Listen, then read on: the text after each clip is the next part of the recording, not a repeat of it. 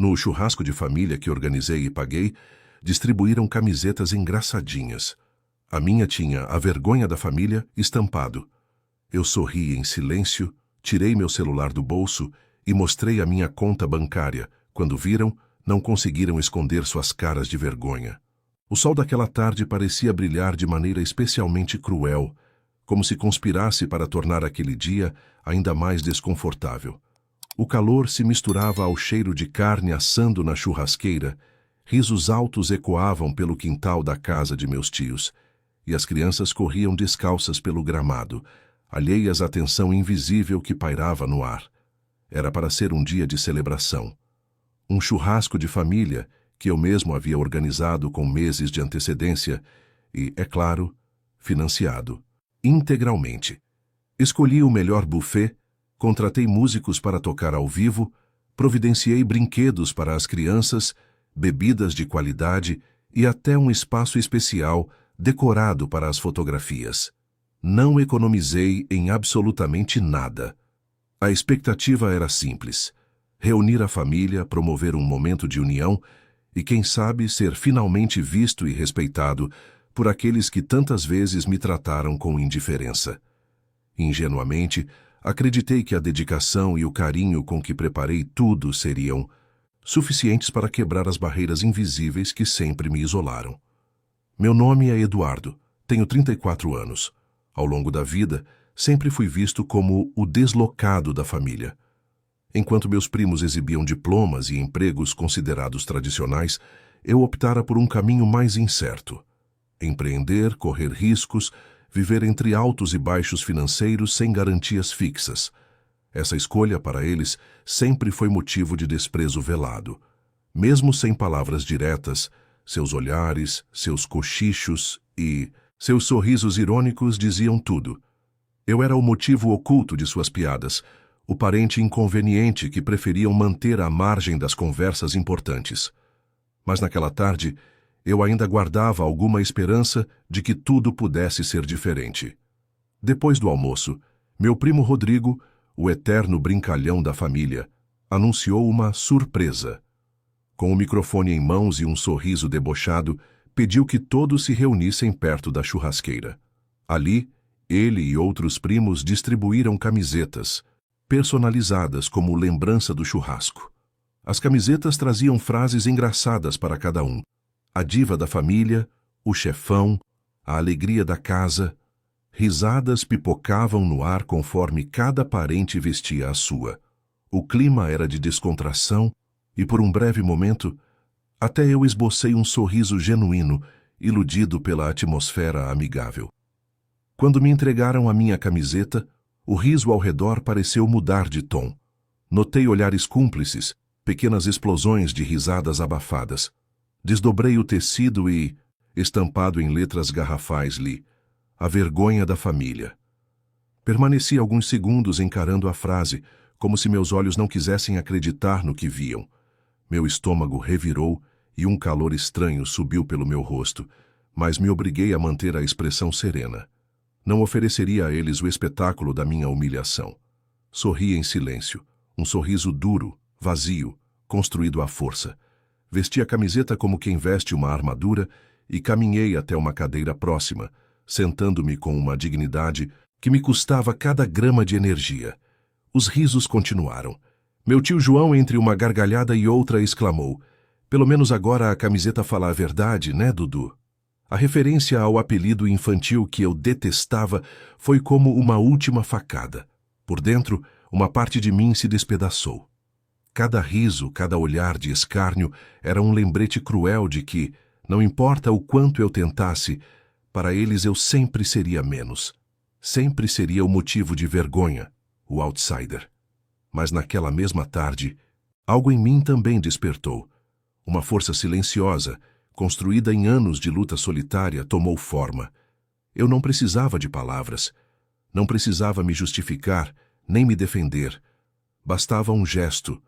Com uma calma quase ensaiada, tirei meu celular do bolso, destravei a tela e abri o aplicativo do meu banco. Meus dedos tremiam levemente, mas não por medo. Era a antecipação de um momento que, em algum nível, eu sempre soubera que chegaria. Aproximei-me do grupo que ainda gargalhava e, sem dizer uma única palavra, apenas levantei a tela do celular exibindo o saldo da minha conta bancária. Os risos cessaram instantaneamente. Primeiro veio o silêncio, pesado, desconfortável, quase palpável. Depois, os rostos mudaram. De zombeteiros, tornaram-se envergonhados, perplexos, alguns até ruborizados. O que eles viram naquela tela jamais esqueceriam. Eu observei cada reação com um misto de tristeza e triunfo. Não era a vingança que eu buscava, era apenas respeito. E naquele instante, eu sabia. Eles jamais me olhariam da mesma maneira novamente. Mas o que eles desconheciam era o que havia por trás daqueles números impressionantes. Anos de sacrifício, renúncias e solidão. E essa história ainda estava apenas começando. Eles viam o sucesso, mas não faziam ideia do preço que eu paguei para conquistá-lo. E naquela tarde, eu decidi que finalmente contaria a minha verdadeira história. Aquela tarde de churrasco parecia ter ficado suspensa no tempo, como uma fotografia velha e amarelada. Enquanto caminhava para longe da roda de risos agora calados, senti cada passo pesar como uma tonelada. Não olhei para trás, não precisava. Eu conhecia bem aqueles rostos, olhares que me mediram a vida inteira, sempre encontrando falhas, nunca valor. Enquanto me afastava, os flashes da minha história começaram a invadir a minha mente, como ondas sucessivas que não podia conter. Desde pequeno, o ambiente familiar fora um terreno árido para mim. Meus pais, Jorge e Marisa, jamais esconderam sua preferência pelos meus irmãos mais velhos, Daniel e Fernanda. Eles eram o orgulho da família, ele engenheiro, ela médica. Caminhos tradicionais, seguros, admirados nas rodas de conversa e motivo de orgulho nos almoços de domingo. Eu, por outro lado, sempre fui o estranho. Não me interessava pelos mesmos assuntos, não sonhava com concursos públicos ou carreiras convencionais. Meu fascínio era outro: construir algo meu, arriscar, viver de maneira independente. Mas esse espírito, para minha família, não era visto como coragem, e sim como rebeldia, como insensatez. As comparações começaram cedo. Minhas notas eram boas, mas nunca boas o bastante. Minhas conquistas eram vistas com desconfiança. Cada pequeno sucesso era rapidamente diminuído. É só sorte, Eduardo. Isso não é profissão de verdade. Quando você quebrar a cara, vai voltar correndo. Aos 18 anos, decidi que não seguiria a faculdade tradicional que todos esperavam. Comecei a trabalhar como freelancer em design, gráfico, depois em marketing digital, enquanto estudava incansavelmente por conta própria. No começo, o dinheiro era escasso. Passei fome em algumas semanas, vendi objetos pessoais para pagar aluguel e morei em kitnetes que mais pareciam depósitos. Foram anos de solidão brutal. Lembro-me de uma noite específica, em um desses apartamentos apertados, em que me sentei no chão frio e, com o rosto enterrado nas mãos, perguntei a mim mesmo se valia a pena continuar. Lá fora, o mundo parecia indiferente e dentro de casa, o silêncio gritava de ausência de qualquer apoio. Nessa época, as ligações da família eram raras, e quando vinham, eram carregadas de conselhos não solicitados e críticas veladas. Você devia fazer um concurso, Eduardo. Pense na estabilidade. E se você adoecer? Assim você vai envergonhar a nossa família. Envergonhar. Aquela palavra, que estamparam de forma engraçada na minha camiseta no churrasco, era um eco do que já haviam me dito, de diferentes maneiras durante toda a vida. Eles realmente acreditavam que eu era uma decepção. Mal sabiam que, enquanto me chamavam de imprudente, eu estudava estratégias financeiras, aprendia sobre investimentos e acumulava lentamente patrimônio, que, enquanto zombavam dos meus bicos, eu estruturava empresas digitais que cresceriam silenciosamente, que, enquanto duvidavam, eu construía uma vida sólida, alicerçada sobre dores que eles mesmos ajudaram a cavar. Mas a escalada não foi rápida. Houve traições, sócios que roubaram meu dinheiro, clientes que desapareceram sem pagar, dias em que precisei escolher entre pagar a internet para continuar trabalhando ou comprar comida, e mesmo nos raros encontros familiares, era impossível disfarçar a diferença de tratamento. Eu era o último a ser cumprimentado, o primeiro a ser esquecido nas fotos de família. Em um aniversário de meu pai, certa vez, a dor foi explícita. Durante o brinde, ele ergueu a taça e citou o orgulho que sentia dos filhos. Mencionou Daniel e Fernanda pelos títulos e conquistas, mas sequer pronunciou meu nome. Permaneci ali, com um sorriso forçado nos lábios, brindando ao invisível. Anos e anos de pequenas mortes internas. Agora, ali, afastado do churrasco, vendo as mesmas pessoas que me ignoraram paralisadas diante da revelação do meu sucesso financeiro, uma parte de mim queria explodir, gritar, cobrar cada lágrima engolida em silêncio. Mas eu não o fiz. Percebi, com uma clareza quase dolorosa, que o que eu conquistara era maior do que qualquer vingança. Meu triunfo era silencioso, absoluto. Eu não precisava da aprovação deles. Nunca precisei. Naquele instante, algo dentro de mim mudou para sempre. Era como se finalmente eu tivesse soltado as correntes invisíveis que me prendiam ao desejo de aceitação. Eu era livre, e foi com essa liberdade recém-descoberta que tomei uma decisão. Não voltaria para aquela casa, não mais como alguém que mendiga reconhecimento. Se voltasse, seria apenas como quem sabe exatamente quem é e o que vale. Com o coração acelerado e uma serenidade incomum, caminhei até o portão, abri-o devagar e, ao atravessá-lo, deixei para trás não apenas o churrasco. Deixei para trás uma vida inteira de humilhações não merecidas. Mas o destino, sempre irônico, ainda reservava uma última surpresa para aquele dia. Quando achei que havia encerrado aquele capítulo, uma mensagem inesperada no meu celular mudaria o rumo de tudo. O portão metálico rangeu levemente ao se fechar atrás de mim. Do lado de fora, a rua tranquila contrastava com a tempestade que se acalmava dentro de mim. Por um instante, permiti-me respirar fundo, sentindo o ar quente da tarde preencher meus pulmões e aliviar a tensão que pesava sobre os meus ombros. Tudo parecia finalmente em silêncio. Eu estava pronto para seguir em frente, disposto a deixar o passado no passado. Foi então que senti o celular vibrar discretamente no bolso da calça. Hesitei por um momento antes de tirar o aparelho. Parte de mim queria ignorar qualquer vínculo com aquele dia amargo. Mas, talvez por instinto, deslizei o dedo sobre a tela. Era uma mensagem de tia Cláudia, a única da família que, nos raros encontros, sempre me olhara com alguma ternura. Eduardo, sei que você deve estar magoado. Preciso conversar com você, por favor, me espere. Fiquei parado na calçada, o coração dividido entre o desejo de partir e a curiosidade que começava a me corroer por dentro. Resolvi esperar. Poucos minutos depois, vi-a atravessar o quintal apressada, desviando das mesas e olhares curiosos. Cláudia era a irmã mais nova do meu pai, uma mulher que, apesar de compartilhar o sangue da família, parecia carregar uma alma diferente, mais sensível, mais justa. Ela parou à minha frente, ofegante, e segurou minhas mãos com força. Seus olhos, marejados, buscavam os meus em uma súplica silenciosa. Eduardo, eu preciso te pedir desculpas, disse ela, a voz embargada. Eu deveria ter feito mais. Deveria ter defendido você, não só hoje, mas a vida inteira. As palavras dela romperam uma represa dentro de mim. Pela primeira vez em muito tempo, alguém da minha própria família reconhecia a dor que eu suportara sozinho por tantos anos. Cláudia então retirou um envelope amassado de dentro da bolsa e o colocou em minhas mãos.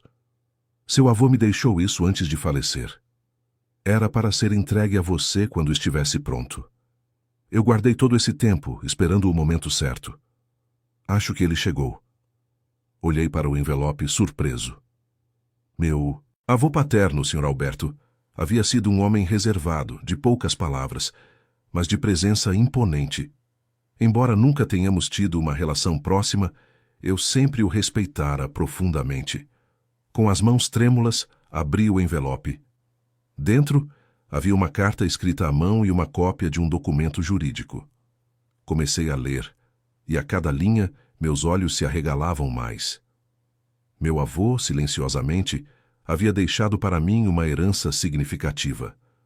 Uma casa histórica em uma cidade do interior e uma quantia expressiva aplicada em investimentos que agora estavam sob minha posse. As palavras da carta eram ainda mais surpreendentes. Eduardo, sei que nunca lhe dei o reconhecimento que merecia em vida.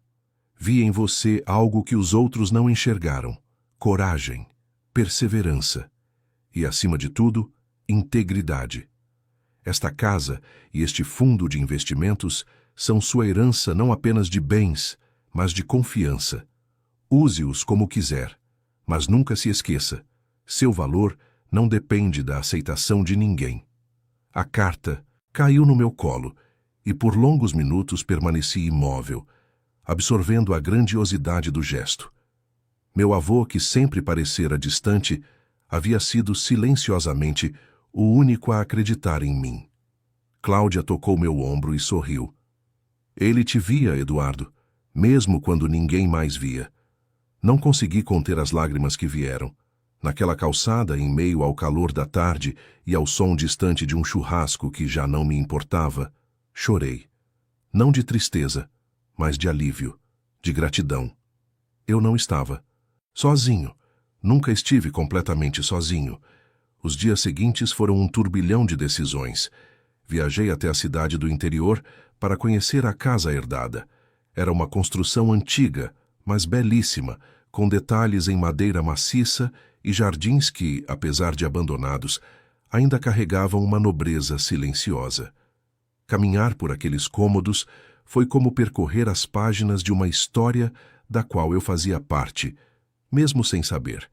Senti a presença do meu avô em cada detalhe, no piano antigo, na sala de estar, nos livros empoeirados sobre a estante, nos quadros que retratavam a natureza com uma delicadeza que eu jamais associaria a ele. Decidi restaurar a casa. Não para vendê-la, mas para transformá-la em algo novo. Um espaço para receber pessoas, para inspirar outros que, como eu, foram desacreditados por suas famílias e pela vida. Queria que aquele lugar se tornasse um refúgio, um símbolo de que as raízes não precisam nos prender, podem também nos impulsionar. E aos poucos, enquanto organizava a obra, reformava os ambientes e respirava o ar puro da cidade pequena, minha alma também se reconstruía. Entendi que o sucesso não era apenas sobre números na conta bancária. Era sobre reencontrar minha essência, me reconectar com aquilo que me fazia verdadeiramente feliz. Ali, entre paredes cheias de histórias e jardins renascendo, eu finalmente compreendi. Não era a aceitação dos outros que eu buscava. Era a minha própria aceitação. Mas, justamente quando comecei a encontrar essa paz, o inesperado voltou a bater à minha porta, desta vez de maneira ainda mais surpreendente. Quando pensei que estava livre do passado, uma visita inesperada na porta da nova casa me faria enfrentar de uma vez por todas a ferida aberta que deixei para trás. O vento leve daquela tarde fazia as cortinas brancas da sala se moverem suavemente, como se a casa respirasse comigo. A restauração da antiga residência caminhava a passos lentos, mas constantes. Cada tábua restaurada, cada parede repintada, parecia costurar as feridas invisíveis que eu carregava há anos. Havia encontrado uma paz que jamais imaginei ser possível. Foi então que, no final daquela tarde, o som da campainha ecoou pela casa, cortando o silêncio como uma lâmina afiada. Olhei pela janela e meu coração disparou. Lá estavam eles: meu pai, minha mãe, meu irmão Daniel e minha irmã Fernanda. Por um instante, pensei em não abrir a porta. Pensei em me resguardar, proteger a serenidade que eu mal começara a construir. Mas algo dentro de mim, talvez um resquício de tudo o que fora, não permitiu que eu me escondesse. Respirei fundo e girei a maçaneta.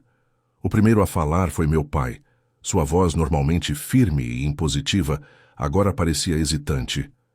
Eduardo, podemos entrar? Assenti, afastando-me da porta para que entrassem. Observá-los pisando naquela casa foi como assistir a estranhos adentrando um território sagrado. Eles caminhavam devagar, olhando ao redor, admirando os detalhes da arquitetura como se, de repente, tivessem aprendido a enxergar o que eu construía. Sentaram-se no velho sofá restaurado. Permaneci de pé diante deles. A tensão era quase palpável. Minha mãe foi a primeira a tentar romper o silêncio. Ficamos sabendo da casa, da herança.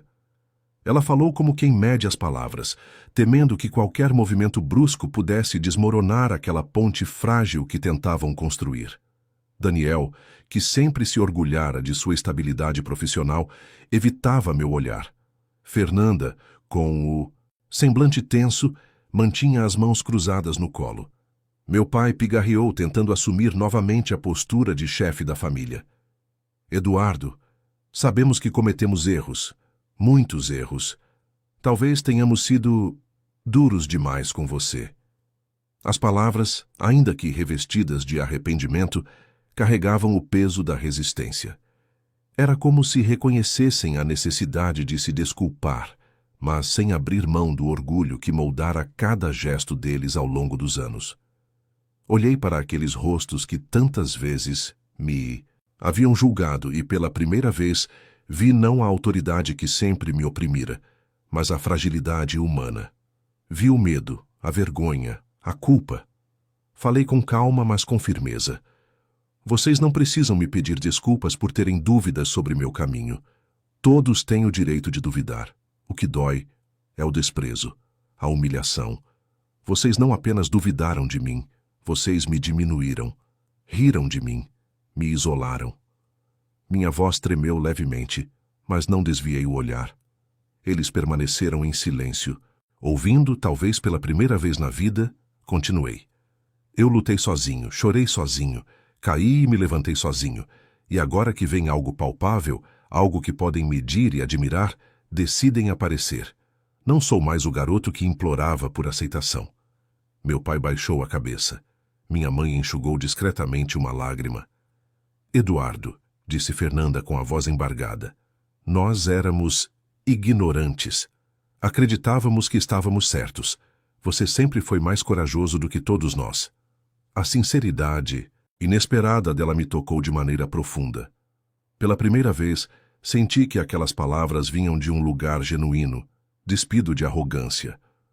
Não estou aqui para julgar vocês, respondi, mas também não estou aqui para apagar o que aconteceu. Levei anos para entender que meu valor não depende de vocês, nem de ninguém. Ficamos ali, presos em um silêncio que parecia mais eloquente do que qualquer palavra. Meu pai levantou-se e caminhou até mim. Por um instante, imaginei que faria o que nunca havia feito, um pedido de desculpas explícito. Mas em vez disso, ele estendeu a mão num gesto simples e disse: Podemos recomeçar? Olhei para aquela mão estendida e, em meu íntimo, entendi que o passado jamais seria esquecido.